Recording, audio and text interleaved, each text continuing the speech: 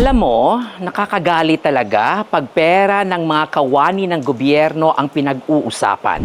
Pera na pinaghirapan ng mga guro, mga empleyado sa City Hall, mga frontliner.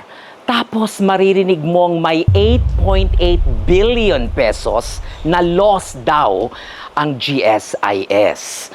Allegedly dahil sa maling investment decisions. Sabi ng ilang trustees, nilagay daw sa mga risky stocks, Mondenizen, Bloomberry, Nickel Asia, DigiPlus, na akala mo'y pang high roller, hindi pang pension fund. At ang mas mabigat, may mga transaksyon daw na hinati-hati para hindi dumaan sa board. Kung totoo yan, that's not innovation. That's evasion. In governance terms, this strikes at the very heart of fiduciary duty. The obligation to act with utmost prudence and loyalty when handling public funds. The GSIS is not a private hedge fund. It is a public trust.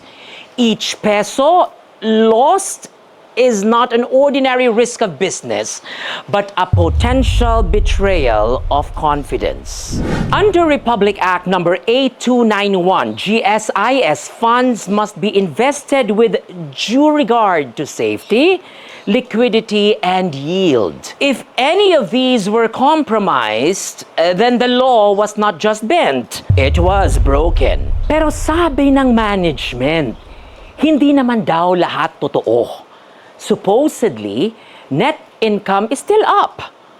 And the losses are part of the usual market play. Pero teka lang, usual ba talaga ang mag-parcel ng investments para hindi ma-review? Usual ba na mawala ang halos 9 bilyon na pesos ng parang pampensyon tapos tatawagin lang itong paper loss? So maybe the real question isn't just kung magkano ang nawala.